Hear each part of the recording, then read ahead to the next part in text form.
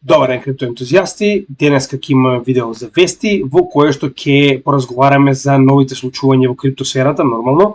Требаше денеска, знаете, да го направиме видеото за практично споредбата на потенцијално добро и лошо сценарио до крајот на оваа година, но за жал, поради тоа што станува збор за огромен број на потенцијални потоци кои што треба да бидат вклучени во истото, за жал ќе треба да го пренесеме за утре, повторно. Работни обврски едноставно не можам да стасам да ги обработам доволно, не само да ги обработам, туку да ги вметнам во самото видео. Поради оваа причина би, предпочитал да го направам овој видео како што треба, отколку истото да биде доставено без сите оние информации кои што можам да ги внесам во него. Така да верувам дека тоа ќе ви се допадне многу за утре, верувајте, имаме некои бомбастични информации, посебно со оглед на фактот дека ќе разгледаме од сите потенцијални различни, да речам, аспекти на тоа како би потенцијално се движела следната, така речено, вторава половина од оваа година, нормално и почетокот на следната.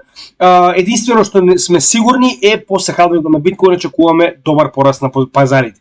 Се претходно е знак прашалник и ќе се обидеме утре да дадеме некои одговори на тоа, на овој знак прашалник, со тоа што пак ќе напоменам, ќе ги земеме теориите на Бенџамин Коен, ќе ги земеме теориите на Герет Солоуе, дополнително имаме некои многу интересни податоци доставени до нас до различни канали за економија, затоа што не следиме само крипто канали. Значи јас, како што кажа, првенствено сум правник и економист, така да овие економски канали ми помагаат да ја склопам целата оваа, да речем, структура на различни податоци и да имам некоја генерална слика за тоа што се случува и на каде се движи сето ова што моментално го гледаме на пазарот, но за тоа повеќе во текот на утрешниот ден, верувајте ми, ќе биде многу интересно видео, би ви препорачал да го проследите.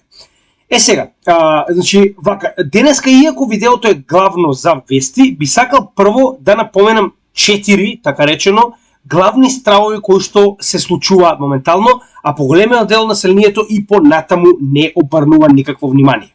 Значи, овдека е практично ова е мислење на човек кој што моментално, ова е, како што може да видите во позадина, штрајк против CBDC во Англија. Човекот ќе се произнесе за тоа што CBDC ќе биде на вистина за граѓаните и покрај тоа што имаат розов филм за тоа како да ни го представат. Да, и само да напоменам, значи 4 различни ствари кои што моментално многу може да не афектираат, ќе биде представени во различни, да речам, формати, без разлика дали е тоа одредено мислење, дали е тоа одредена вест, но тоа се ствари кои што јас верувам дека вие треба да бидете запознаени пред да се случат.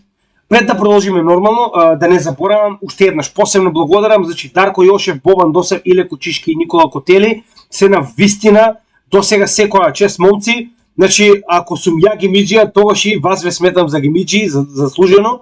Ви благодарам многу за помошта, значи ми помага многу за да не морам да речем од нула да почнам на собирање на материјали кога припремам вести, така да ви благодарам, момци. И кога се враќаме веќе на овие стравови, значи она што главно се обидам да го направам како канал е писменост, финансиска писменост. Тоа е една работа која што е на многу ниско ниво, не само во Македонија, во целиот свет. А богатите елити тоа би сакале тоа така и да продолжи. CBDC е прост пример за тоа. Значи, они би сакале со една обична вест дека вас ќе ви биде многу лесно да купите се и дека се ќе ви биде заштитено, би сакале да го протуркаат овој проект кој што е крајно негативен за нас, како секојдневна популација, за нас 99% од населението кои што имаат помалку од 30% од капиталот во светот. Така да уште еднаш ќе напоменам, следете ги овие работи, се исклучиво битни и ако од вас некој мисли дека се теории на заговор, размислете повторно затоа што ова се случува секаде околу вас. Ова се постојано ви нудам нови докази дека се случува. Значи ова не е постојано мое, да речем, говорење лично. Јас ви нудам докази од други луѓе, од други медиуми, од други форуми каде што луѓето се изјаснуваат исто како што јас моментално се обидувам да ве предупредам. Така да пред да продолжиме со вестите, пак ќе напоменам, мислам дека од исклучива важност да обрнеме внимание на овие 4 основни стравови за тоа што моментално ни се случува. You lose cash, and this is what we must not let them do. When we lose cash, if we lose cash, and you've only got central bank digital currencies, the computer will know what it is you're trying to do before you even do it, and they will prevent you from doing it. Значи, до сега, самиот човек кажа дека не смееме да си дозволиме кешот да биде забранет, а тоа е главната цел на CBDC, се обидуваат да го повлечат кешот. Значи јас веќе ви го објаснив тоа, ако се сеќавате, во онаа трансакција во која што ако земеме да речем 100 денара и ги потрошиме преку сметка, наместо да ги имаме во кеш, во секоја следна трансакција ние практично даваме околу 1 до 1,5% на самата банка за трансакцијата која што сме ја направили. Може би не изгледа многу, но после неколку трансакции, да речеме вие одите со 100 денара, но наместо да му ги дадете во кеш на човекот на пазар, значи вие му ги плаќате преку банкарска сметка. Тоа значи дека сега он има 98,5 денари. Кога он овие 98,5 денари ќе ги однесе со себе и ќе отиде да речеме кај локалниот бербер, кога би платил он повторно од својата сметка, он нема да има 98,5, он ќе пренесе 96-97 денари на овој бербер. Кога берберот понатаму ќе отиде да си плати за бензин, он нема веќе 100 денари, он има 97. Кога ќе сака да купи бензин преку сметка, он треба уште 1,5 прилика да речем денари да даде, така да постепено целосно губи вредност оваа 100 денарка која што вие сте имали на почеток. На крајот целата е поседувана од банка поради овој 1,5% од големината на трансакциите кои што моментално ги има во општеството. Тоа е една од причините поради кои што навистина треба да се трудиме што повеќе да користиме кеш. А втората причина е токму ова. Тоа што моментално CBDC целосно сака да го негира кешот. Значи јас веќе ви напоменав, ќе ви го напоменам уште еднаш. Ова се држави како Англија, Холандија, Шведска, Норвешка, Финска, кои што се обидуваат да го намалат кешот што може повеќе. Значи станува збор, дојдовме до степен каде што во овие држави буквално на одредени локали, да речем продавници, стои знак во кој што пишува дека кеш не се прифаќа. Што значи дека се обидуваат да не принудат да стане нормално за нас ова користење на ваков тип на трансакции, со тоа што кога ќе ни дојде ситуација да ни понудат CBDC, нас ќе ни биде како да не е ништо ново. If, for example, they say you can't leave your house more than 5 miles, you try and buy a bottle of water 6 miles from home, you won't be able to. I'm not kidding. That's Она што ние постојано ви кажуваме. Значи CBDC најголемиот проблем е тоа што ова се програмски пари. Кешот не може да биде програмиран. Кеш е кеш, каде и да го дадете има единствена една цел, тоа е плаќање. Додека CBDC е програмирана пара, што значи дека они може да ја програмираат оваа пара кога да работи, а кога да не работи. Примерот кој што овој човек го кажа е дека ако државата сака да ве ограничи, да не се оддалечувате 5 мили од вашата куќа или ајде 5 километри, така? Значи они може да ги програмираат вашите картички дека доколку сакате да купите вода во продавница надвор од овие 5 километри, кога ќе сакате да платите со оваа картичка која што исклучиво има CBDC, нема да може да купите, нема да работи. Тоа е поентата на програмирачки пари. Тоа е она што е најголемиот страв во CBDC. those so many reasons why you should retain cash. It's offensive that the politicians believe that they have a right to all of your information at all times. With 5G in an urban area, they know within a small number of meters where you are. They know if you're on the toilet or in the kitchen. Точно. Значи, она што кажува е дека буквално забранувањето на кешот и принудување на луѓето да користат CBDC доаѓа до степен на целосна контрола, на целосно следење. Иако може би со 5G што он го кажува дека едноставно може да пинпоинт да направат каде се наоѓате, да, тоа е точно поради вашиот мобилен телефон, не поради CBDC, туку поради вашиот мобилен телефон, затоа што вашиот мобилен телефон е направа за тракинг која што се носиме во џебот и сите ја носиме. Реално денеска не може да биде замислен животот без тоа. Но може да биде замислен без CBDC, затоа што наспроти тоа што сте следени, вас ќе ви биде ограничено се што они сакаат да ви биде ограничено. Ако сакаат да ве ограничат да не купите оружје, нема да смеете да купите. Кога ќе отидете да платите, нема да ви работи картичката. Ако сакаат да ве натераат да користите одредени продукти, да речеме утре да одлучува парламентот дека веќе нема да се продава месо. Вие немате право на избор. Кога ќе отидете да купите месо, вашата картичка нема да работи. Така да они може буквално да ве принудат што сакаат да правите. If you go online, they know you're online. If you write anything, I can assure you they know what I write. They know my IP address. Even with a VPN, I can't comment on YouTube, Facebook, Twitter. Точно. Она што се обидуваат да го направат со CBDC е целосна контрола, но уште побитно. Целосно замолчување на критички способната јавност. Каналов, барем јас како што гледам на тоа, е прво едукација за финансии, која што ни е од исклучива важност за да не дојдеме да бидеме робови на ваков проект како CBDC, а второ треба да биде основа за критичко размислување, не само мојот канал, туку било кој канал кој што го гледате. Нека ве тера да размислувате критички, нека ве тера да размислувате со свој ум, наместо тоа што ви го кажуваат моментално на вестите. Не постои моментално медиум кој што е независен. Тоа е научна фантастика. И она што CBDC ќе го донесе, верувајте ми, значи ова сега се случува во Англија, прашање на време кога ќе случи кај нас, ние сме само така речено една година наназад во сето ова. Зошто го велам тоа? Замислете оваа тиранска власт во Македонија, која што сега не смеете да коментирате против, доколку и се даде ваква моќ, утре за еден статус на Facebook вие ќе бидете санкционирани веднаш. Ќе ви биде блокирана сметката, кеш не постои, вие автоматски не може ни леп да си купите. Ќе размислите уште еднаш многу добро пред да напишете ваков статус, затоа што повторно ќе бидете блокирани. Се разбираме? Затоа што ќе ве отсечат од финансискиот систем во врз кој што имаат целосна контрола. Тоа е CBDC. Ова постојано го напоменуваме и уште еднаш и уште 1000 пати ќе го напоменам затоа што е реалност, тоа се случува. Имаме некои луѓе кои што се ретки, како што е овој републиканец во американскиот конгрес, кој што беше уствари и човекот кој што поднесе иницијатива Гери Генслер да се изврка, истиот кој што е уствари ко-креатор на неколку од крипто законите, затоа што се обидува крипто да стане легално во Америка. Значи, нели, во секоја гнездо колку и да е лошо, некогаш се случува да имаме и добро пиле, па така да и овој човек во оваа ситуација морам да признаам. Сега, знаете каде е најголемиот проблем? Што CBDC е организиран од истите овие кои што го донесоа целосниот финансиски систем до колапс во 2008 и 2009 година. Само за да ме подсетам кои се тие, ќе ви го пуштам овој краток инсерт. Значи, зошто ви го објаснувам ова? Не е само CBDC проблемот. Проблемот е луѓето кои што стојат позади него.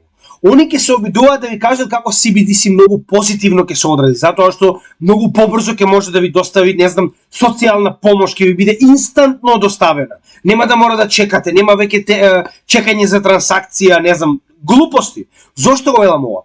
Не заборавајте дека сите овие политичари и економисти се истите во последниве 3 кризи наназад финансиски, што сега се обидуваат да ни го воведат CBDC. Дали ние досега имаме доверба во овие политичари и економисти, за сега да имаме уште поголема доверба и да им дадеме целосна, комплетна независност на ваквиот систем во нивни раци. Се разбираме? Значи, они ќе имаат буквално одврзани раци да прават што сакаат со општеството, затоа што ние сме им ја дале таа моќ преку CBDC. Само да подсетам на 2008 и 2009 година.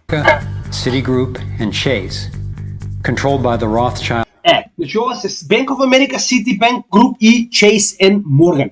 Овие се практично 3 од 10 најголеми банки како во светот, така и во Америка. Контролирани од Rothschild, Rockefeller и Morgan. Ова се трите основни фамилии за кои што јас претходно многу пати сум зборувал, кои што не сакаат да ги знаат.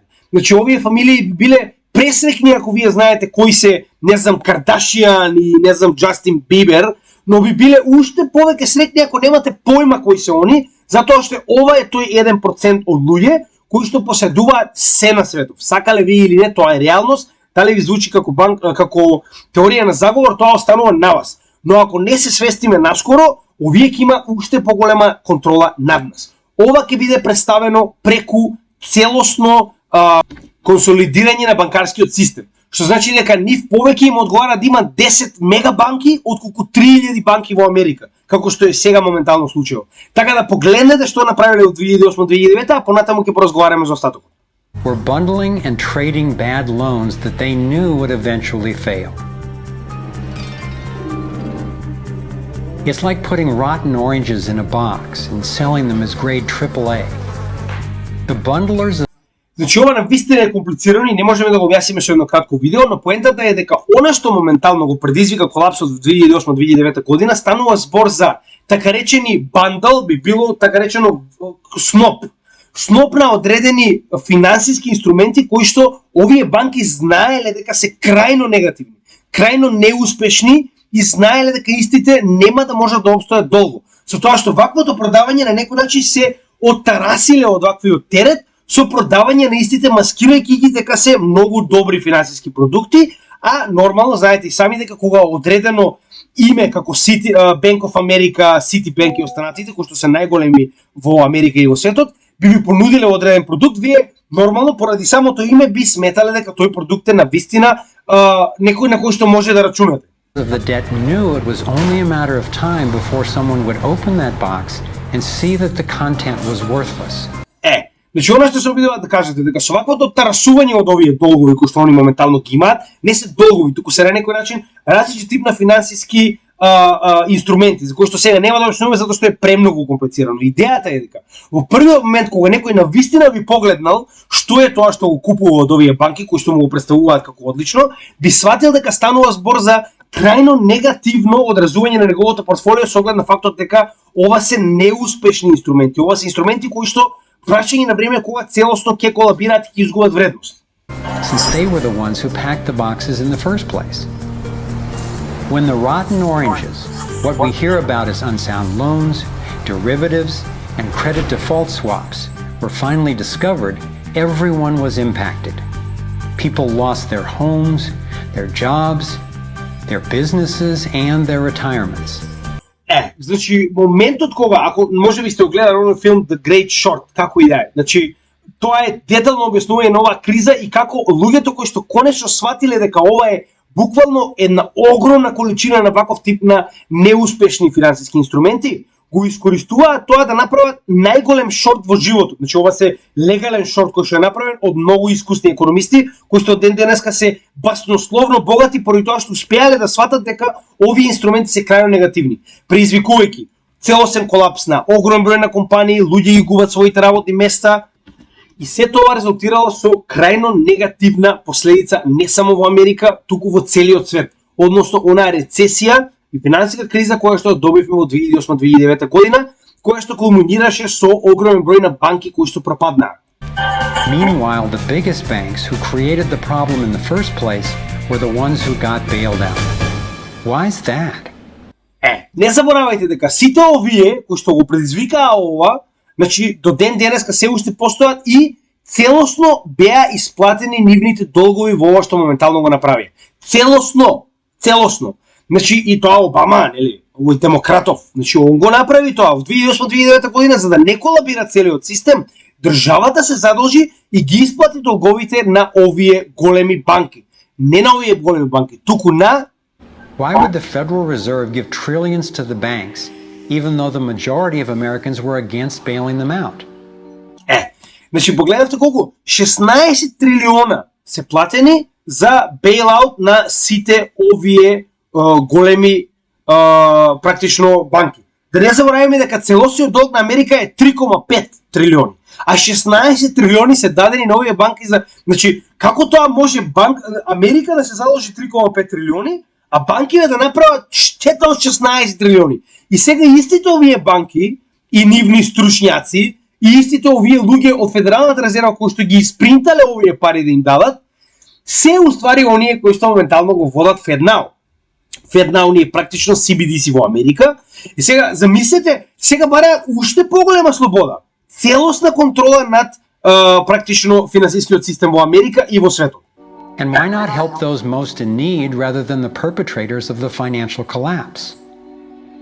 My research led me to believe that the same people who created the Federal Reserve, the Rothschilds, the Rockefellers, and the Morgans, ако знаете како е формирана Федералната резерва, формирана е на остров каде што банкарите, водени од JP Morgan, се повикани додека не седнат и не направат некаков тип на структура која што ќе ја стабилизира земјата во една од најголемите кризи кои што некогаш биле, ако не сажам тоа околу 1920 година. Со тоа што ова се три најголеми фамилии поддржани од огромните банки кои во тоа време постоеле во Америка и ја формираат Федералната резерва, за чии што постоење во првата година или две не се ни знаело дека истата постои, ниту пак се знаело кои се основите на настапување на ваквата организација. Така да, кога ќе разговараме следен пат за Федералната резерва, не заборавајте кој ја направил истата и сега они бараат да бидат главни на CBDC во Америка. Значи, ова што моментално овде кога гледате, тоа значи дека политичарите во Америка се свесни дека им се спрема целосен CBDC. FedNow е само инфраструктура низ која што ќе се спроведе Работата е дека оние сакаат технологијата од крипто, не крипто. Крипто не нуди контрола, крипто нуди слобода, но технологијата која што крипто ја нуди, блокчейн технологијата, може да биде искористена на негативен начин кој што се нарекува CBDC за целоса контрола на општеството. Сега, дополнително, да не заборавиме дека истата ситуација се случува и сега. Како во банкарската криза во 2008-2009 година. Моментално, ова е артикал од мај, кој што се уште важи. Ова се најголемите загубари моментално од регионалните банки во Америка, кои што се уште се загубари. Ако отидеме на сите овие една по една, можеме да видиме дека ако ги споредиме една година наназад, истите се во огромна загуба, 71%. Значи ова е прашање на време кога оваа банка ќе престане да постои или ќе биде абсорбирана од поголема банка. Прост пример за тоа е PacWest. PacWest вчера беше превземена од друга банка поради истиот овој проблем. Ако се сеќавате, јас ви го покажав тоа пред само 1 или 2 дена, каде што PacWest во еден ден акциите им паднаа од прилика 27%. Погледнете овде, 27% во еден ден. И ова што моментално го гледате е само затоа што испадна вест дека истите ќе бидат купени од друга банка. Но проблемот е што оние кои што вложиле во оваа банка ќе се останат со ништо. Ако не ги продадат акциите сега, ќе се останат со ништо затоа што оваа банка престанува да постои. Официјално PacWest моментално ќе биде Bank of California. Така да оно што сакам да го кажеме дека моментално не само што се спроведува CBDC, туку се прави обид да се уништат сите овие банки кои што ги гледат, че ова се само најлошите. Има уште многу други. Ако погледнете, се обидуваат да ги уништат сите овие банки со цел да бидат припоени кон големите банки и на тој начин да имате целоса контрола на општеството. Затоа што ако имате само 10 банки, многу поедноставно ќе биде да спроведете CBDC проект. Така, затоа што станува збор за 10 банки. И ако истите работат заедно со вас, погодете што многу лесно ќе биде да се спроведе и немате право да се буните, затоа што сите ние ќе имаме сметка во некој од овие банки. Така да, моментално ово што го гледаме е веќе најавено консолидирање на банките во Америка, а верувајте ми тоа ќе се случи и низ целиот свет. Затоа што CBDC е многу полесно применливо ако станува збор за само неколку субјекти кои што треба да го применуваат.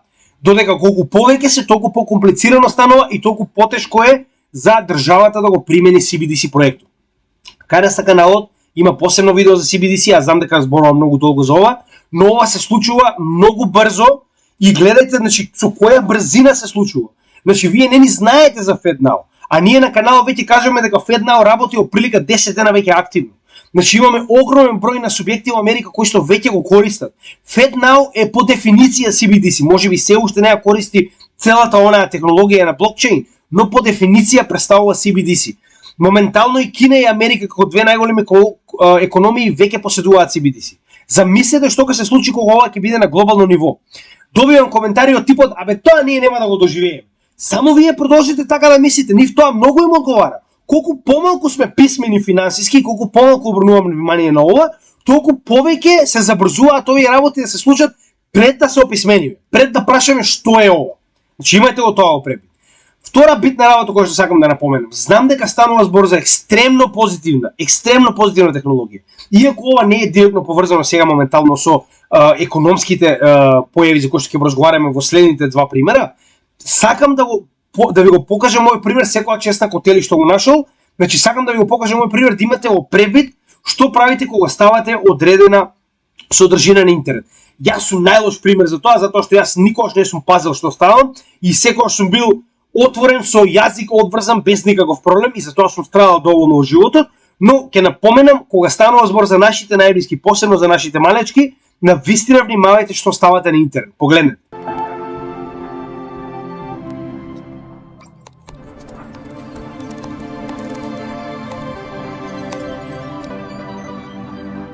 Hey mom, hey dad. It's me, Ella. Значи, за да имате контекст на видеото, станува збор за Artificial Intelligence, односно вештачка интелигенција, која што буквално од една слика на овие 20 родители кои што моментално седат во публиката, успеале, значи, да направат така речено фиктивен постер лик од незината ќерка како би изгледала во иднина. Така. Well, a digital version of me, just a bit older. Amazing what technology can do these days, isn't it? All you need... Значи, оно што моментално го покажува ова е дека технологијата може да направи многу работи. Значи, моментално AI, Artificial Intelligence, е многу страшно. Значи, со ваквото креирање на ликови, значи, вие Artificial Intelligence, вештачката интелигенција е толку моќна моментално, што може буквално да го емитира Путин моментално на јавна телевизија како говори дека нуклеарки летаат кон Америка. До тој степен е застрашувачка оваа технологија, што не можеме тоа со голо око да го откриеме. Значи, сега ова моментално што сакам да го покажеме е како би можело да се имплицира оваа штетна, да речем, штетна страна на технологијата кон вас и вашето семејство. Need a couple of pictures, like the ones you share on social media, where they can be taken and used by everybody. Значи моментално вели, ако ставите само неколку слики од себе си или вашите најмили, оваа технологија има толку многу моќ за да може да искористи овој да речем обем на податоци за вас или вашата фамилија против вас. И тоа погледнете како. I know for you these pictures are just memories, but for others they are data. And for me, maybe the beginning of a horrible future. Вели, знам дека за вас, вика овие, сега, керката зборува на своите родители, знам дека за вас ова се само мемории, значи, нели, сеќавање, но вика за одредени други луѓе, вика, ова представува само дата, податоци, а вика, за мене во иднина може да биде многу, многу страшна иднина. A future where my identity can be stolen just like that, where I can go to prison for things that I would never do. Вели, иднина во која што мојот идентитет може многу лесно да биде украден поради ова. Каде што вика би отишла во затвор за ствари кои што никогаш не сум ги направила поради оваа технологија, нели? Затоа што може да го излаже едноставно, да речем, да направи така речено, да изгледа дека некој го направил тоа, а он уствари не бил таму. Imagine my credit score being destroyed, Dad. Or my voice copied to scam you, Mom. Mom, I'm in trouble. I need you to send me money, please.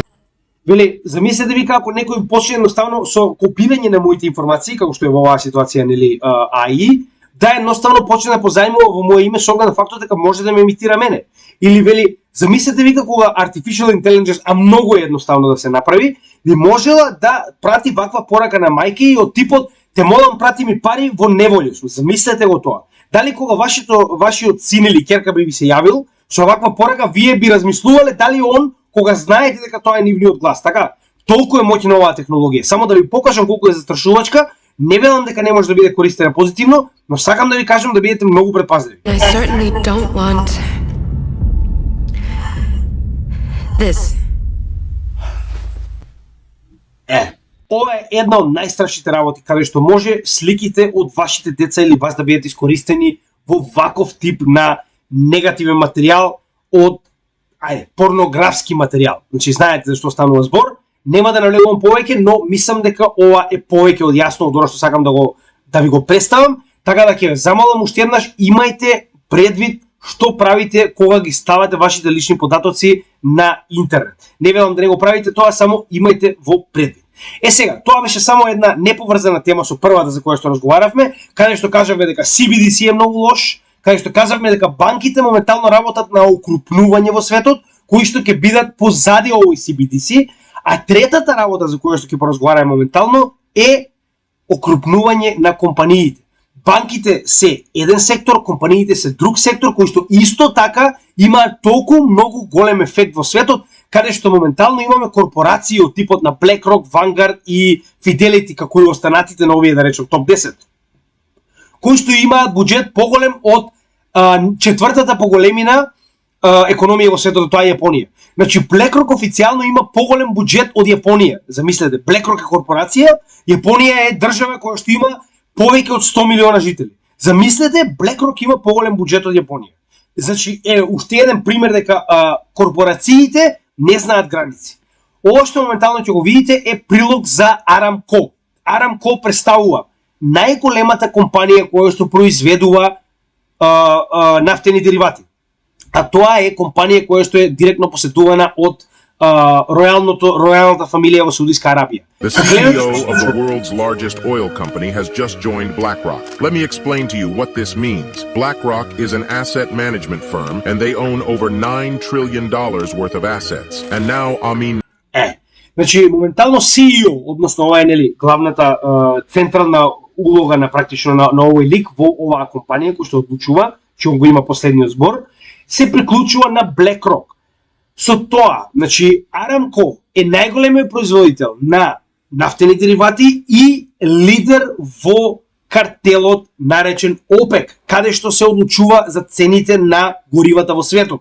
Што значи дека моментално со ваквото приклучување на CEO на Aramco во BlackRock, на BlackRock така речено му се дава глас во ОПЕК. Што значи дека утре BlackRock ќе може да одлучува во ОПЕК што да биде цената на горивата. С оглед на фактот дека и понатаму општеството е многу зависно од ваков тип на горива, замислете што ќе се случи кога на BlackRock ќе му се даде преку најголемата корпорација која што произведува нафта да одлучува која би била цената на нафтените деривати. Замислете до каде овие корпорации моментално пуштаат своји пипци. Nasser, the CEO of Saudi Aramco, the world's largest oil company, has coincidentally joined BlackRock. If you do not know of the names BlackRock and Vanguard, I suggest you start researching. These are the top shareholders of the top 10 richest companies, such as Apple, Tesla, Microsoft, Google, Amazon, you name it. Значи досега, уште еднаш тоа, многу пати сме озборували нашиот канал, ќе го кажем уште еднаш. За сите овие тие има посебно видео, како што е CBDC, како е банкарскиот колапс, како што е моментално овие джинови од типот на BlackRock, Fidelity, Vanguard и останатите, кои што моментално, како што кажа и на самиот клип, тоа ние досега многу пати сме го покажале. Има најголем удел во оние најголеми корпорации кои што нас не се познати, затоа што вие не знаете кој е BlackRock, но знаете кој е Tesla, знаете кој е Microsoft, знаете кој е Alphabet, знаете кој е iPhone, така Apple. Така да во овие ситуации вие не са, значи овие компании исто како Rothschild и Rockefeller не сакаат да знаете дека они стојат позади овие корпорации. Така да се што вие купувате, барем 1% оди во овие корпорации. И сакам да го имате тоа во предвид затоа што ова се тие корпорации кои што стојат позади најголемите промени во светот. Најголемите промени во светот. Имајте го тоа во предвид. Така да, корпорациите, банките и CBDC предводени од овие влади, тоа е оној картел против кој што моментално сакале ние или не се бориме. На еден или на друг начин. Колку помалку знаеме, толку подобро нив им се допаѓа тоа, верувајте ми. Така да, финансиска писменост е првиот чекор за да разберете што моментално се случува и каде се тоа ова води. Следна битна работа за која што сакам да зборувам пред да навлеземе во вестите е тоа што моментално крипто, кое што е најголемиот адут на секојдневната популација, ќе биде представувано како терористички финансиски портал, ќе биде представувано како перење пари, како што досега тоа се прави. Значи, ја знаете онаа поговорка. Вика, прво се преправаат дека не постоите, потоа ве игнорираат, потоа се спротивставуваат на вас и на крајот вие победувате. Сега сме во оваа трета стапка каде што се спротивставуваат на вас, што значи дека моментално активно се работи на тоа, така речено колку што може повеќе да се сузбие крипто, но не и неговата технологија. Затоа што CBDC и крипто е едно те исто. Разликата е што крипто е неутрално, децентрализирано и никој не го поседува, туку секој во однос на тоа колку поседува од токените и коините на истоимениот блокчейн има толкова моќ на самиот блокчейн. Спротивно, CBDC е директно поседуван од еден субјект кој што во оваа ситуација ќе биде централната банка на одредена држава, а при тоа и самите оние кои што се на власт. Така да, во оваа ситуација се шири пропаганда повторно дека моментално крипто е директно поврзано со финансирање на ISIS. Добро. Ајде да погледнеме статистички. Ова се само два најосновни чартови кои што моментално ги најдов. Првиот е, знаете и сами дека претходно црните маркети, зборуваме за оној деловни терен кој што не може така лесно да го најдете, тоа се оние црни берзи, каде што моментално да, на самиот почеток кога биткоин настапил, нормално овие криминалци почнале истиот да го користат, но ова е од значи, вака сега, колку од вкупната количина на црниот пазар е уствари превземена со тргување на биткоин. Значи тоа од 2011 до 2012 година било 6%, но како се повеќе и повеќе биткоин станува меѓународен асет, меѓународно капитално добро, плюс овие криминалци почнуваат да учат дека биткоин е отворена книга на која што секоја трансакција е запишана. И ако нешто сте направиле на биткоин, моментално на самата мрежа, како што има толку многу хакови, но никој никогаш не успеал парите да ги извади. Затоа што вие може да направите хак, може да ги украдете парите докато сте успеале, но на крајот од денот, овој Ledger, соодветни компании и луѓе кои што работат во блокчейн технологијата, можат да го следат до последната трансакција. Така да во првиот момент кога ќе сакате да ги извадите овие пари и ќе бидат поврзани со вас преку одреден личен документ, како што моментално на Binance се бара лична карта или пасош, како што моментално во банка ви бара лична карта или пасош. Првиот момент кога до овие пари ќе допрат до вас, веднаш ќе бидете уапсен. Така да, биткоин и блокчейн е по дефиниција направен да биде неутрален и да биде јавен, така да не може да скриете ништо. Затоа и овој раст од 6% потоа резултира со 0,1% во 2018 година, верувам дека сега и многу помалку. Не може да користите јавен блокчейн за тероризам или за црни маркети. Веднаш ќе бидете лоциран.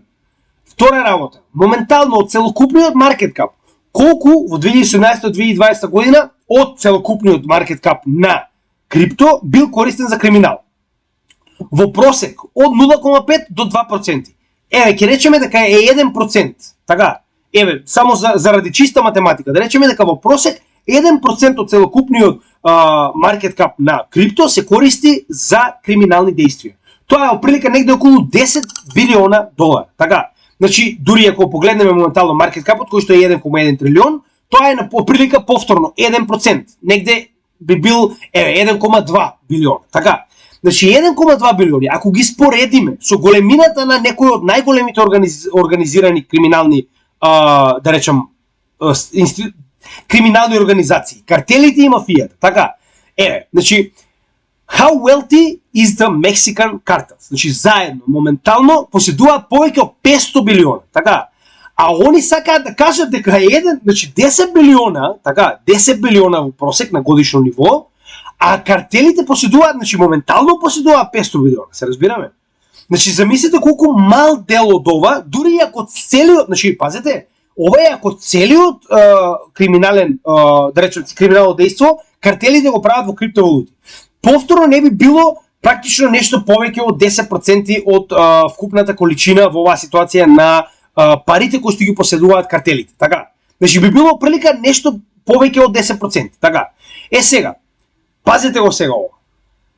Ако ја споредиме мафијата, значи италијанската мафија, така и да видиме колку истата била голема, само момент, значи истата имала 92 билиона, значи 92 билиона, значи 6% од економијата во Италија, така, 92 билиона. И во оваа ситуација, значи негде оприлика околу 10%, 9% би бил ако само италијанската мафија користи крипто за криминални действија, а ние зборуваме за сите криминални действија, така? Значи низ целиот свет се што е криминал моментално, оприлика околу 10 билиона средства поминува низ крипто секторот.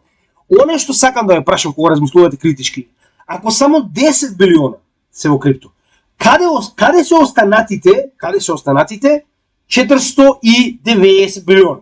Во што се држат? Дали ги држат во банка? Не, ги држат во кеш. Зошто кешот не го запрат? Зошто не дојдат да го банираат кешот, да кажат, абе 99,9% од криминалот во светот е реализиран преку кеш. Зошто кешот не го банираат? Зошто доларот не го банираат? Кога 99,9% од криминалот во светот е реализиран преку кеш, не е преку биткоин, не е преку крипто, затоа што крипто и биткоин тоа е најголема глупост што може да ви ја кажат. Станува збор за отворен леџер, тоа значи дека сите оние компании кои што работат, тоа е така наречен инвестигативен блокчейн, да речам, во оваа ситуација би било истражување на блокчейн технологијата, каде што знаат да следат патот на секој од овие трансакции до конечно не лоцира кај кого овие пари дошле. Така да во оваа ситуација вие не може да го користите блокчейн за ваков тип на криминал, но ке се обидуваат тоа да ви го представат дека е така.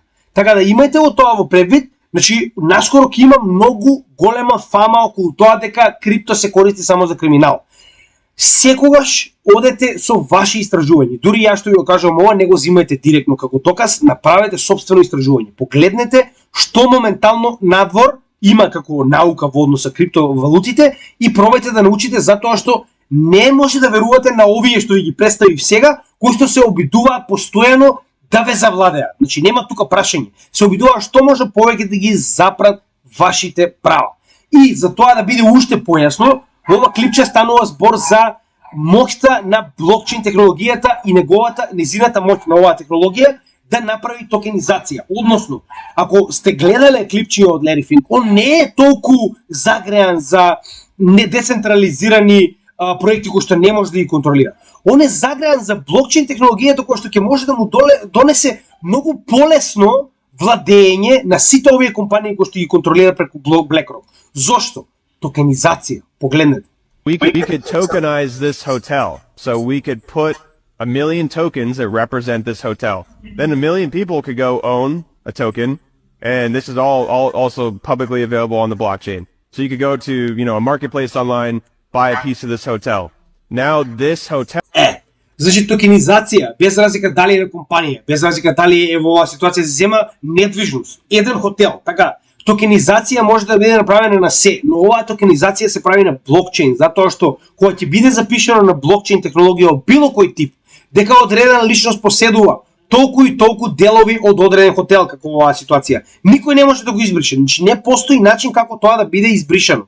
Така да во оваа ситуација, она што сакаат да го кажете, дека блокчейн технологијата нуди исклучиво моќна технологија која што ќе направи целосна револуција не само во финансискиот дел. Во оваа ситуација че вие имате поделба на имот на колку сакате токени. Во оваа ситуација вели ќе направи 1 милион токени во кои што секој ќе може да купи дел од овој хотел во однос на колку сака да инвестира во него. Така, и вие автоматски станувате директно собственик во овој хотел. Немате потреба ниту значи гледате колку полесно е ова, затоа BlackRock толку му се допаѓа.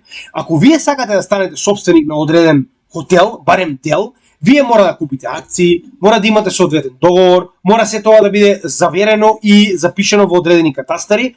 Во оваа ситуација немате ништо од тоа, едноставно одите, како што каже и он, на одреден маркетплейс, купувате токени и вие сте веднаш собственик на овој хотел. Since it's tokenized and it's done through something called a smart contract, we could have the net operating income of the hotel pass through the smart contract and pay out each token holder. И ваквата токенизација, наместо да треба да се замарате со договори сето тоа, веднаш преку овие смарт контракти кои што се ствари она исклучиво битна, да речам, можност која што ви ја нуди оваа блокчейн технологија, практично сето она што е профит од овој хотел нема потреба да се дели преку сметководство, преку не знам ти каков, знаете како акционерско друштво, мора да има еднаш во четвртина или во еднаш во половина од годината акционерско собрание, каде што мора да бидете известени за тоа колку направиле профит, колку ќе биде дадено. Многу едноставно.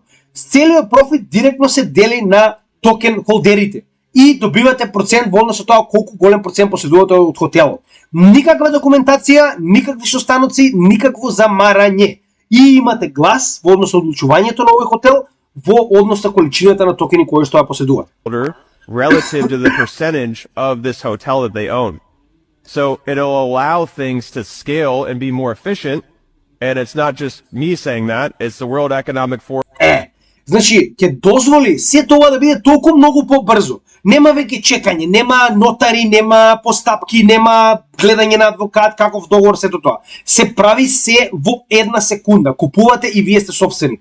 И вели, ако не ме верувате дека се тоа ќе го забрза овој момент, вика, верувајте му на Светскиот економски форум. Уште една од овие организации која што е наменета за целосна контрола на човештвото, која што навистина го сака ова како технологија, но не во децентрализирана форма. Разликата помеѓу централизирана форма на CBDC и токенизација и децентрализирана која што ние моментално ја купуваме и ја инвестираме. Значи, тоа беше се околу делот со кој што сакав да поразговараме, но луѓе, знам дека 40 минути разговарам за ова. Исклучиво е битно. Значи, финансиска писменост е ништо без да знаете за овие големи поеми кои што моментално се случуваат. Тоа се основните работи кои што мора да ви бидат јасни како ден, затоа што се случуваат, затоа што ќе дојде еден ден на нас да одлучуваме дали сакаме ова да го имаме или не. Кога тоа ќе дојде, многу подобро е за нас да бидеме писмени и да знаеме што ни нудат, отколку како телење, како и секогаш да прифатиме само затоа што тие горе знаат подобро. Па сега знаеме ние подобро, така да имајте го тоа опред. Следна битна работа, сега веќе навлегуваме во вести, иако 44 ми извинете, но знаете како кога долго не правам видео, се собира материјал, а сакам да ви го представам целиот. Значи моментално за жал добивме вест која што е некако негативна. Значи вчера, ако се сеќавате, ние го објавивме видеото во кое што јавно можете да гледате како разговара ова е Комитетот за финансиски услуги на Муричкиот конгрес, кој што разговараше за 3 потенцијални закони, меѓу кои првиот е и најбитниот нормално за стейблкоини. Financial Innovation and Technology for 21st Century Act е уствари заедно со овој Blockchain Regulatory Act се така речено 2 различни закони кои што има иста цел, така речено, а тоа е разделување на ингеренциите на CFTC и на SEC, со тоа што ќе се знае кои се критериумите по кои што еден коин станува или хартија од вредност или суровина, како во случајот со Ripple. Директно предизвикано од пресудата на Ripple, директно предизвикано. Сакале ви или не, тоа е реалноста. Каде што сега моментално, затоа што очигледно Хауи тестот не е достоен на тоа да може да се одлучи што представува хартија од вредност, што не, со оглед на фактот дека овој закон е од 1930 година, моментално Конгресот кој што е над СЕК или Комисијата за хартија од вредност одлучува за тоа како ќе бидат поделени токените и коините на дали паѓаат под ингеренција на SEC и се хартија од вредност или пак паѓаат под ингеренција на CFTC и не се хартија од вредност. И дополнително овде ќе имаме уште еден закон за стейблкоини, кој што денеска добивме известување дека не успеа да се сложат. Односно, како води законската постапка? Прво, мора да поминат на оваа комисија, каде што нели како предлог се изгласуваат и истите се предложуваат на Конгресот. Доколку Конгресот ги изгласа со мнозинство, истите одат во Сенат и на крајот ги подпишува председател. И со тоа стануваат закони. Така да од овие 3, еден неуспешно, уште денеска е веќе одбиен, ќе треба повторно да се разговара за истиот, односно ретардираните демократи во Мурика имаат проблем со овој закон, затоа што стейблкоините практично им нудат многу голема паралелен финансиски систем на веќе постоечкиот долар. Тоа е проблемот со кој што они постојано имаат проблем и во оваа ситуација, значи, они се обидуваат тоа да регулираат и да биде поставени одредени органи кои што постојано ќе вршат соодветни, да речам, прегледи на овие, да речам, компании, како што е, да речам, Tether за USDT или пак во оваа ситуација Circle за USDC. Затоа што сега моментално не постои соодветна документација, односно, извинете, соодветна регулатива или пак одреден орган кој што може и знае како да врши, да речем, аудит на овие компании.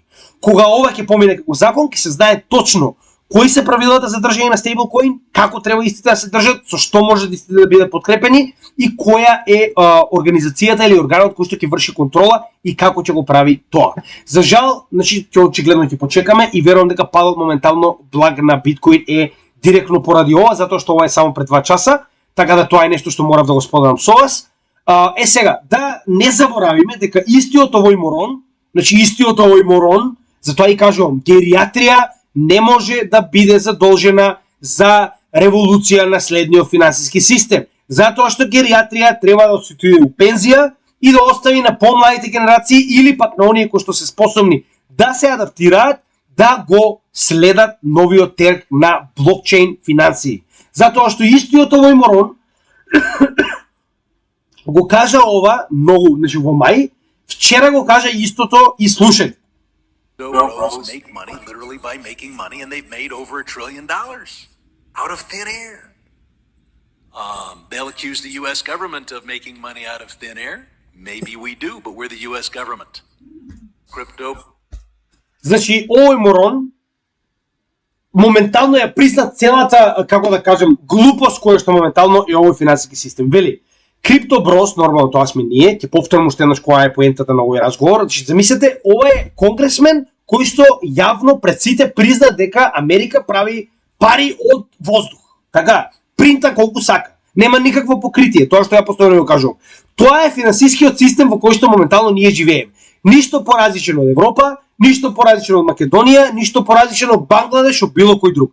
Значи, владите принтаат колку сака, а ние ги добиваме сите тие последици поради инфлацијата која што следи на таквото принтање. Прост пример, моментално финансискиот систем кој што се справува со инфлација.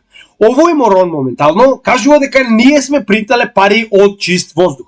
Не, значи тоа е само технологија на која што јас и вие сме одлучиле да инвестираме, затоа што мислиме дека има одредена иднина.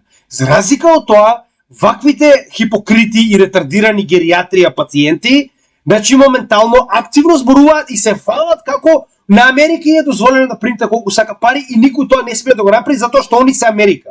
Ке ви повторам. Bros make money literally by making money, and they've made over $1 trillion out of thin air. They'll accuse the U.S. government of making money out of thin air. Maybe we do, but we're the U.S. government. Јасно. We are the US government. Што повеќе од тоа ви треба? Значи, имам сила, правам што сакам. Така. Охо, вака сега. Следна интересна работа која што морам да ја напоменам. Многу интересна работа. Значи, ова е тоа што јас постојано го кажувам. Хронолошки следиме како одредени институции го менуваат своето мислење. Ако се сеќавате во предедно видео ви објаснивме како Лери Финк, најголемата корпорација на светот, го смени своето мислење како биткоин беше машина за перење пари. Сега биткоин е надежда која што ќе ги надмине светските локални валути. Значи тоа е Лери Финк и корпорациите. Да погледнеме дали има разлика помеѓу него и АМФ, Интернационалниот монетарен фонд, кој што е буквално еден од алатките на Америка како да владее врз земјите кои што немаат доволно пари. Значи прво АМФ беше онаа која што велеше дека ако Ел Салвадор го прифати биткоин како кеш, како секојдневна платежна валута во својата држава, нема да му помогне кога ќе настапи финансиската криза. Магија. И после 3 години откако тоа го направи, тоест 2 години откако тоа го направи Ел Салвадор, Ел Салвадор не е во економска криза, дури и откако поминавме преку бер маркет. Сега откако сето тоа помине, откако се виде дека Ел Салвадор успешно ја спроведува оваа економија со биткоин, ма колку сакале ние да ни се допаѓа или не, наеднаш пред само неколку месеци АМФ излезе и кажа може би да го банираме крипто е неуспешно на долги стази. Ма не зезе. Како тоа наеднаш од не смеете да имате крипто, сега кажува дека може би банирање на крипто е непрактично на долги стази.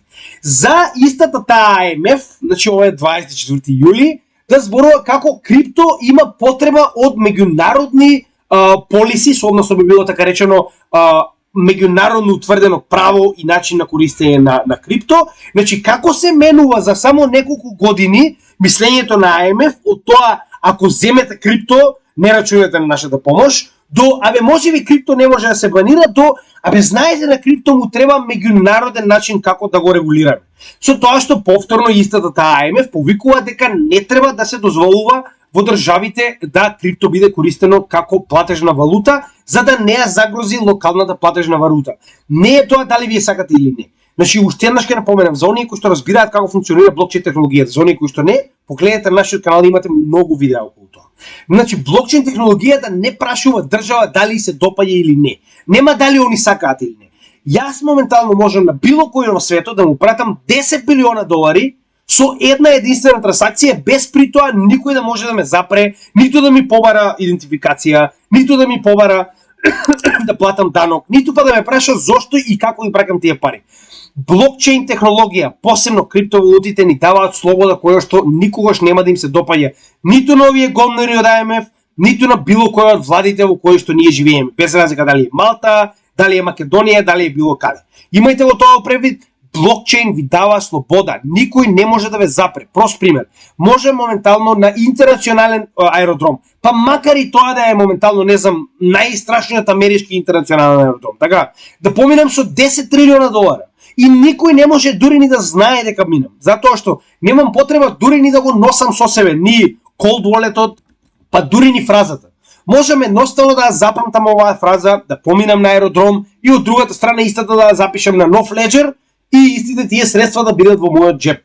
Така да државата не може да го спречи крипто, ниту распространувањето, ниту технологијата. Тоа да ви биде јасно.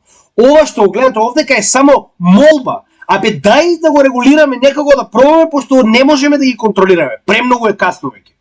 Следна работа. Значи се појавуваат ваков тип на луѓе, како што е моментално овој човек, Роберт Кенеди Џуниор, кој што јас лично мислам дека ќе заврши како и неговиот чичко со куршум или во челото или во градите. Зошто? Затоа што зборува кај што не му е место, а тоа во Америка не е дозволено. Прост пример. We have a system of cushy socialism for the super rich, and this brutal, a kind of brutal, savage, merciless capitalism for the poor, and it's all designed to strip mine the middle class of this country of all of their equity, all of their assets, and move it to the upper echelons. And the COVID lockdowns with a Значи, што кажа досега, за да ви го објаснам овој сегмент? Вели, за највисоките, вика, најбогатите класи во Америка, вика, постои социјализам. Односно, зошто вели постои социјализам? Затоа што во социјализмот вели ќе поделиме се, без разлика дали е добивка или долг. Што значи дека ако се случи некое срање, ќе го поделиме со сите, со сиромашните, со средната класа, со државата, се со цел да се заштити богатството, да се заштити оние кои што имаат богатство. Додека вика за сиромашните, постои крајен капитализам. Односно, ако се случи нешто, вие сте сами на себе. Снаоѓете се. Прост пример, она што ви го покажав со најуспешните банки во Америка, кои што беа целосно искупени со 16 трилиони долари, кои што беа испринтани и свежо донесени во овие банки само да се покријат нивните трошоци. Односно, доколку се случи обратна ситуација, вие ќе бидете оставени да умрете од глад. Многу едноставно. И она што го напомена во целата оваа приказна е дека средната класа во Америка, која што е онаа критична класа, значи најчесто средната класа е онаа која што е доволно богата за да има соодветно образование, доволно богата за да има критичко размислување и независна за тоа да го спроведе и да биде онаа која што ќе ги води промените во државата. Доколку ја елиминирате и богатството го префрлите во богатата класа и имате целосно поделувана екстремно богати и екстремно сиромашни, многу поедноставно, немате критична маса за размислување. Тоа е она што ви кажувам дека е секогаш еден од основните показатели дека одредена империја доаѓа до крај. Огромен подем на богатите и комплетно поделеност од сиромашните. Живеат во сосема друга галаксија. Кажано од следниот председател на Америка, барем ако мене прашувате, јас мислам дека овој ќе биде најпопуларниот и се уште е веќе најпопуларниот кандидат за нов председател на Америка. Со оглед на фактот дека е на страната на демократите, па како може гериатрија Џо да биде следен председател ако го имате внукот на JFK, моментално да се кандидира за следен председател. Но нормално американците се ретардирани. Ако го одберат Џо гериатрија, јас ќе бидам презадоволен. Знаете, ви кажав, мојата желба, ако слушате до мраз, јас сум добар дечко, ако слушате до мраз, единствено што бараме, ако може Џо гериатрија уште еден мандат. И немојте, молам, да го умираш цели 4 години. Те молам. Ако продолжи Џо гериатрија уште еден мандат, Америка нема да постои ниту НАТО, ниту пак има западна цивилизација. Ке те замолам, Дедо Мраз, единствено што барам, ништо повеќе. И да видиме сега интересна работа околу поделбата, значи ова морам да го напомена. Пазете сега. Не сам дали сте информирани, но во Америка, значи на богатите, посебно во оваа ситуација на политичарите, зборуваме без разлика дали се конгресмени, дали се сенатори, дали се председатели на конгресот, на сите им е дозволено да си купуваат било каков тип на хартија од вредност. Колку паметно. Не само тоа, него дури и откако ќе им заврши кариерата, веднаш може да почне да работат во било која приватна компанија. Што значи, пред крајот на кариерата може да гласате за одреден закон што е поволен за одредена компанија, да добиете огромно богатство и да добиете соодветно работно место со цел да бидете згрижен за цел живот. Прост пример за тоа е, можеби знаете, можеби не, Ненси Пелоси е председател на Конгресот доживотно, нешто блиско на Дзинго во Кратово. Значи, зошто го кажувам ова? Можеби сте запознати, можеби не со оваа ситуација, но Ненси Пелоси е прогласена за најдобриот трейдер на сите времења во Америка. Значи, неверојатен нух има за трговија во Америка. Не постои акција која што она ја купила, а не направила skyrocket. Значи, Ненси Пелоси со нејзината успешна политичка кариера, со оглед на фактот дека очигледно знае многу повеќе работи од тоа што знаеме ние, вас и ја, значи моментално стана меме со тоа што имаше луѓе кои што буквално купуваа што она ќе купи. Значи нејзиното портфолио затоа што нели нормално мораат да ги направат јавни овие купувања, се што ќе купи она и сите купуваа исто затоа што како да знае? Ти кажеш кој да има кристална топка што ќе се случи и дали одредена акција ќе почне да се движи нагоре или надоле. Со тоа што конечно, после не знам колку еден век, им текна дека треба да им забранат на сенаторите и на конгресмените да може да тргуваат. Ма што зборуваш? Добре, се свестија, конечно, како и да е. Откако еден куп генерации се обезбедија, сега конечно ќе банираат конгресмени и сенатори да можат да купуваат и да бидат вработувани во приватни компании одма после завршувањето на нивната политичка кариера. Значи ова е неверојатно што се случува во богатството, во богатиот свет и затоа велам. И од исклучива важност е финансиска писменост на секојдневниот човек. И ќе напоменам, ако не мојот канал, не е битно. Најдете канал кој што ќе ве образува финансиски, е од исклучива важност, без разлика дали е тоа за заштитите од ваков тип на макро појави или пак е за ребалансирање на вашето портфолио и растење на истото. Значи тоа мора да се учи уште од најмала возраст. Не да ми учите поделба на родови од 100 вида, туку да учите финансиска слобода, како да бидете финансиски писмен. Многу побитно од ваквите глупости кои што моментално се обидуваат да ги воведат во нашата држава. И да не забораваме дека истиот овој кандидат, RFK, наместо JFK затоа што е Роберт, поседува биткоин и тоа активно и јавно го обелодени. Значи, ова е председател кој што активно ја бутка идејата за биткоин и кажува дека биткоин ќе биде онаа валута која што ќе успее дури да го спаси и доларот на Америка. Нас ни треба ваков председателски кандидат. Јас ви кажам, следните председателски избори во Америка ќе бидат огромна кампања за крипто. Тоа ви го кажав уште пред 6 месеци, оние кои што следат нашиот канал го знаат. Нема теоретски шанси да има следен председател на Америка кој што нема да биде про крипто. Значи вие имате 1 во 4 американци кои што веќе или поседува или пак некогаш бил во некаков контакт со криптовалути. Што значи дека 1 од 4 тоа е огромна бројка на американци кои што нема да гласаат за вас ако имате реторика како Гериатрија Џо. И во оваа ситуација дедо нас ќе те замолам. Знам дека е невозможно, ќе те замолам уште еден мандат. Ќе поминам ако треба уште еден бул маркет без никаков проблем. Значи преку бул маркетот ќе поминам со некои благи добивки, но ќе те замолам Гериатрија Џо уште еден мандат. Не барам многу, тоа е се што барам. Мислам дека можеш да ми угодиш. Многу битна вест која што ја добивме од Сингапур е тоа што моментално највисокиот суд во Сингапур донесе закон, не закон, така речено пресуда со која што го прогласи крипто како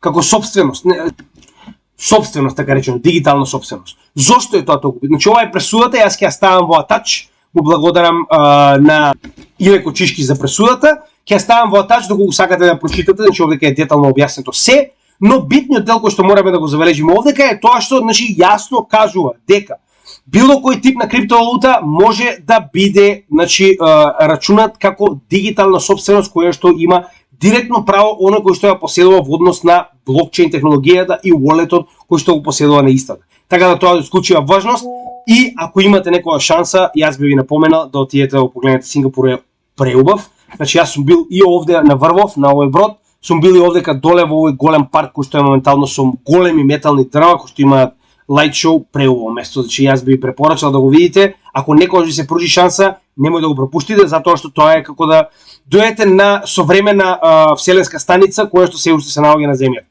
Преубаво место. Следна битна работа за која што ќе поразговараме е Тим Дрейпер. Тим Дрейпер не е мал човек, Тим Дрейпер е со портфолио од 1,2 билиони, ако не се лажам, само да проверим уште еднаш, не, само момент, ево, 1,2 билиони. Значи да поседувате 1,2 билиони или да бидете билионер во денешно време не е мала работа, така да вашето да речем мислење се важи. И во оваа ситуација како што можеме да видиме, значи самиот кажува, значи гледате колку точно кажува, дека моментално биткоин ќе стане поголем и од фиат, односно од секојдневните користени валути.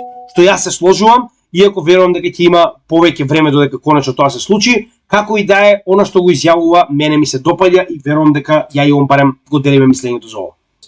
But it's also going to rise above fiat, and I think it's just better technology. I mean, having to have a bank and a government decide on what currency is good is not as effective as having a Bitcoin where you have a trusted third party, which is hundreds of thousands of nodes out there checking to make sure that the transaction was done properly. So I think it's just better, safer technology, and eventually the rest of the world will come on board. Значи многу едноставно да го скратиме оно што го кажа е, дали би верувале на држава и на банка да биде таа трета страна која што не се секирате се во ред со вашите финансии, или пак би верувале на технологија која што е целосно неутрална, која што нема никаква корист од тоа да ви ги украде средствата или да ги позајми надвор од ваше знаење. И во оваа ситуација, значи, вие практично имате децентрализирана мрежа од стотици илјади нодови кои што се грижи за вашата сигурност во секое време, 24/7, 365 дена во годината. Така да очигледно оно што го мислам јас, го мисли и он, инвестирање во технологија е решението. Следна битна работа за која што треба да поразговараме е Bitcoin Spot ETF. Конечно е пуштен распоредот на тоа како ќе бидат донесувани одлуките за оваа битна тематика. Повеќе за ова може да најдете на нашиот канал претходно, каде што разговараме за Bitcoin ETF. Погледнете низ видеата наназад, многу брзо ќе најдете во последните 2 недели, кога имаме соодветно видео кое што објаснуваме точно зошто е толку битен Bitcoin ETF.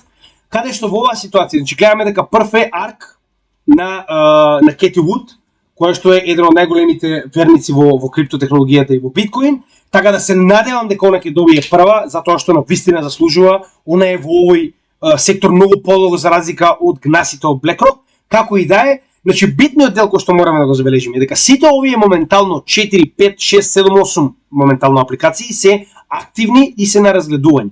Со тоа што има неколку датуми на евалуација, почнувајќи од јуни оваа година, до август, ноември, јануари наредна година ќе биде последниот датум на евалуација каде што потенцијално или ќе биде одобрен или ќе биде отворен овој Bitcoin Spot ETF. Исклучиво битно за почетокот на следниот bull market, верувам дека ова ќе донесе голема адаптација со оглед на фактот дека на овие големи играчи конечно ќе им се овозможи на берза да можат да купат биткоин, а со тоа и да внесат во маркет капот на целиот криптосектор. Сега, во оваа ситуација вие имате почнувајќи од јануари наредна година преку март BlackRock, кога е последниот датум за одлучување на BlackRock Bitcoin ETF, кој што досега, пак ќе напоменам, имаме 99,9% успешност на секој аплициран ETF. Имате го тоа предвид секогаш. Bitwise март, Vanek март, Wisdom 3 март, Investcoin Galaxy март, Fidelity март, Fidelity трета по големина, BlackRock прва, Fidelity трета по големина корпорација, Valkyrie март и, значи, ако заклучиме дека Bitcoin халвингот е во април, а сите овие апликации треба да бидат одлучени до март 2024 година, кажете ми вие дали е ова коинциденција или пак овие компании точно знаат кога треба да аплицираат со цел каква и да е одлуката да биде донесена пред следниот халвинг. А одлуката ќе биде 99,9% позитивна доколку не се случи некој Black Swan евент, но јас верувам дека BlackRock и Fidelity, првата и третата најголема компанија во светот, не би аплицирале доколку шансата да добијат е повеќе од 1%, верувајте ми. Значи, они се барем за вие работи многу подобро информирани од нас, така да не за џабе верувам дека аплицираат сега. Битна работа која што ја напоменаме за Litecoin, она што го кажав буквално се оствари, мене ми е жал, јас се надевам дека поголемиот одел од вас не изгубија многу, но Litecoin халвинг како и досегашните неколку циклуси не носи профит. Ние тоа го покажавме во посебно видео, може да погледнете наназад, каде што објаснивме дека Litecoin самиот по себе од историски гледан аспект во досегашните ситуации, секогаш на самиот халвинг, значи ако погледнеме, халвингот кој што моментално е во зелена боја. Значи, пред халвингот имаме памп, во халвингот веќе се случува дамп. Што значи дека е buy the rumor, sell the news, каде што овие майнери веќе го продале Litecoin кој што го поседуваат, со цел да влезат во биткоин. Истата ситуација имаме во првиот халвинг, каде што имаме памп и пред самиот халвинг веќе имаме дамп. Истото можеме да го проследиме и сега, каде што можеме да видиме дека во претходните 2 недели имаме активно паѓање на цената, дури и повеќе, 4 се извинувам, каде што веќе добивме памп кој што е започнат уште од јуни 2022 година, кој што заврши во јуни 2023. Значи ние имаме практично една година памп кој што на оние кои што би купиле на потенцијално на најниската цена, до сега би им донал негде околу 188% профит. Но уште јас ќе напоменам, значи како и досега во претходните 2 халвинга очигледно го доживеавме истото, добиваме дамп пред самиот халвинг кој што ќе настапи за 6 дена. Така да јас само ви покажувам како тоа историски се случува, останува на вас да видите што понатаму со вашите Litecoin холдинзи. Јас лично не поседувам поради оваа причина и дури да знаев дека може да донесе позитивен профит кој што го знаев, немаше да го направам тоа затоа што не смеам да тргувам со цел да не платам данок во Малта, веќе објаснето неколку пати на нашиот канал. Седна битна работа која што гледам дека многу луѓе се возбудуваат е WorldCoin, односно WLD, кој што моментално има направено добар памп. Основи на токеномија кои што постојано ги повторуваме, ако сте гледале барем едно видео од нашата плейлиста каде што објаснуваме за засебни проекти на коини и токени, секогаш објаснуваме дека од исклучива важност е колку моментално од значи валутата во циркулација е пуштена, а колку се уште не. Значи ако погледнеме овде како многу добро не го објасни тоа. Моментално во циркулација имаме само 1% од вкупната количина на токени. Значи имате 99% токени кои што се уште не се пуштени на пазар. Што значи дека купување моментално ваков токен, вие практично играте против 99% инфлација. Што значи дека кога овие 99% ќе бидат пуштени на пазарот, она што сте го купиле моментално ќе ви биде останато само 1%. Затоа што вие имате активно 99% инфлација која што ќе настапи кога конечно целата оваа количина на токени ќе биде пуштена на пазарот. И уште една битна работа која што морам да ви ја напоменам. Ако вие имате маркет кап од 240 милиони, а само во последните 24 часа имате тргување од 400, тоа значи дека два пати се смениле собствениците на овие коини во само 24 часа во однос на капиталот кој што е внесен и изнесен. Ова е класичен pump and dump. Јас не можам да ви кажам дали да купите или не, ваков тип на коини имаат многу голема популарност и голема веројатност да имаат и позитивен исход, доколку знаете што правите. Но би ви препорачал да бидете екстремно внимателни, ваков тип на економија е дефиниција на pump and dump, дефиниција на meme coin. И дополнително имам уште една вест која што доаѓа од Обединетото кралство, каде што овој проект е лансиран. Дека моментално тамошните соодветни институции буквално гледа што се случило со цел да покренат случај против WorldCoin. Значи имајте го тоа во предвид, а ако тоа се случи може многу брзо да изгуби на вредност ваквиот проект. Не можам да ви кажам што ќе правите, останува на вас. Нова вест од Италија, 26.7, ова е пред само еден ден. Значи моментално италијанската влада во соработка со верувале или не, матик. Мислам дека не постои ниту компанија, ниту држава, ниту не знам што и да е надвор, проект кој што не соработува со Матик. Јас очекувам Матик следниот bull market да биде смешен. Очекувам да биде смешен во однос на тоа што може Матик да постигне, не сакам да карикирам, но волку партнери јас никогаш не сум видел, дури ни Ethereum нема волку партнери, колку што има Матик кој што е second layer солуција на Ethereum. Како идеја, идејата е дека моментално Матик прави така речено sandbox за италијанската влада во која што банките ќе можат да експериментираат со CBDC и експериментираат со криптотехнологија, со тоа што дури и најголемата банка во Америка, Intesa Sanpaolo, моментално со вредност од над 1 трилион, нели тоа е тежината на оваа банка, е дел од ваквиот проект каде што буквално целиот овој централизиран финансиски да речем субјект, сите овие финансиски институции во Италија ќе можат да тестираат криптотехнологија. Тоа е многу голем чекор за Матик, секоја чест. Сега имаме неколку вести за Ripple, повторно сакале или не, значи официјално за прв пат имаме држава која што го базира целиот свој финансиски систем, моментално како тест, нормално, за CBDC платформа, на CBDC платформата директно поседувана од Ripple. Каде што Ripple Ledgerот ќе биде основата врз која што целиот економски систем на Палао островот ќе биде базиран. Во оваа ситуација, значи имаме директно корелација на централниот орган во Палао, кој што ќе го користи американскиот долар како основна валута на својот остров, а при тоа ваквиот американски долар ќе биде застапен како stablecoin, кој што ќе биде на XRPL, односно XRP Ledger. Така да, вие практично имате така речено sidechain stablecoin, кој што е важечки на целата република на Палао, која што е директно базирана врз оваа платформа на CBDC на Ripple. Ваквиот успешен проект може да донесе уште многу други вакви држави. Не заборавајте, ова се држави. Значи не заборавајте и нашиот комшија Црна Гора моментално чека на оваа листа да стане дел од оваа платформа или пак да му биде изработен друг тип на проект. Како и да е, ова е на XRPL. Што значи дека колку повеќе трансакции на XRPL, толку повеќе користење на XRP токенот, толку повеќе fees, толку повеќе вредноста на XRP ќе расте. Останува на вас и понатаму да одлучите дали сакате да бидете дел од ова или не. Јас само ви кажувам соодветни новости. Volkswagen, поточно Volkswagen групацијата, Ducati компанијата која што е дел Volkswagen групацијата, значи не знам дали знаете или не, но XRP разви без да има смарт контракт компатабилност, да има своји NFTs. Значи тоа е една многу интересна работа, каде што без да има смарт контракт компатабилност, XRPL моментално може да поддржува NFTs, каде што колекцијата за NFTs на Ducati е лансирана моментално на Ripple.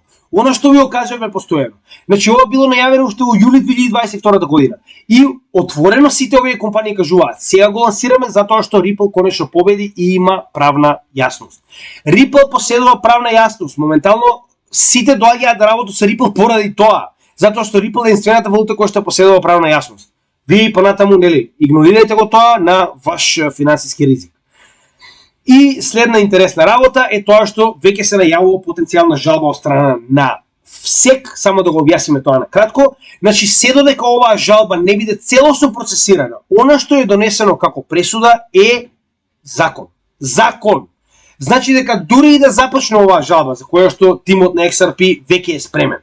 Значи, дури ако започне оваа жалба, се очекува да биде завршена дури негде на крајот на 2024 година, што значи дека ќе бидеме веќе во бул маркетот, кога конечно дури да победи СЕК, ќе имаме некаков си ефект. Но до тогаш, она што е донесено од Торес, судијата, е закон. Така да јас не гледам никаков проблем, а овдека дури убаво се објаснува дека не значи дека СЕК ќе победи, со оглед на фактот дека во оваа ситуација има многу поголема шанса Ripple да победи на ваквата апелација и ова да стане уште поголем пораз за СЕК и уште поголем, да речем, позагарантирано право од страна на Ripple. Со тоа што да не забораваме дека во наредниот период се очекува да има 3 седмици на кои што ќе потенцијално ќе се донесе спогодба помеѓу XRP и SEC. Тоа не е значи не се знае дали ќе се случи или не. Ова е само најавено затоа што судот веќе им наложи ваквите состаноци да се одржат, така да ќе видиме дали тоа ќе се случи или не. Потенцијална спогодба би значило дека тимот на XRP ќе си плати за она што институционалната проложба на XRP е практично хартија од вредност, а се останато, сакале или не, SEC е на легално и ќе продолжи понатаму да биде тргувано. Значи овдека SEC не се прашува, овдека судот одлучува. Следна битна работа, уште еднаш да најавиме дека значи доаѓа Митрил на ADA. Ова е многу голем буст на технологијата на Cardano, кој што ќе даде огромен буст на scalability на Cardano, иако за жал се уште не може да најдем кога ќе се случи. Ова ќе биде многу скоро, што значи дека верувам дека и цената на ADA ќе даде соодветен на некој начин буст во однос на ова. Следна битна работа која што сакам да ја напоменам е XDC. Ако се сеќавате, ние трубевме пред март, затоа што во март конечно почнува имплементацијата на ISO 20022 во целиот свет. Трубевме дека ISO 20022 токените кои што се веќе дел од овој стандард на светско ниво ќе имаат добар напредок во овој бул маркет. Само за да објасниме, тоа беше во март. Ова е еден од тие токени, станува збор за XDC или Zinfin, кој што е дел од нашето портфолио, и сега ќе ви покажеме како тоа изгледа. Значи ние кога трубевме дека треба да се купи Zinfin, не верувам дека многу од вас слушаа, и сега само да ви покажам како прилика изгледа моментално неговиот чарт. Значи XDC со оглед на фактот дека има многу добра најава за следниот негов развој. Значи XDC моментално ќе има своја лична така речено конференција и соработува со некои многу големи компании од Јапонија. Значи март, само да покажеме каде е, еве го март. Значи февруари, март, тоа е во овој период, ние зборувавме, значи пред март, така, пред да започне овој памп, ние во крајот на февруари ви кажувавме дека веќе поседуваме од сите овие коини одредена количина. Со тоа што портфолиото нормално ни варира, сега веќе XDC ни е многу поголемо држање за разлика од тогаш, затоа што нели порасна на вредност. Од тогаш па до моменталната цена ние сме 100% во профит, а сме биле 133 до претходниот памп кој што заврши пред само неколку дена. Значи јас верувам дека ова е само почеток со оглед на фактот дека на неделно ниво само што помина 100 неделната средна вредност, која што сега моментално е поддршка. Нема да нанегуваме повеќе, идејата е дека ISO 20022 и токените од истиот очекуваме да бидат едни од најдобрите профитери во следниот bull маркет. Погледнете ги видеата, само запишете ISO 20022 и ќе ви стане јасно што станува збор. Следна битна работа за која што сакам да разговарам, јас се извинувам кој да беше членот кој што ми ја прати веста дека Сорос преку одредена компанија која што е директно поврзана со Сорос инвестирал во Toncoin и во Telegram. Јас не можам да најдем прво сегде, за жал не можам да најдем оваа вест. Ако е тоа вистина, тоа е многу голем црвен знак.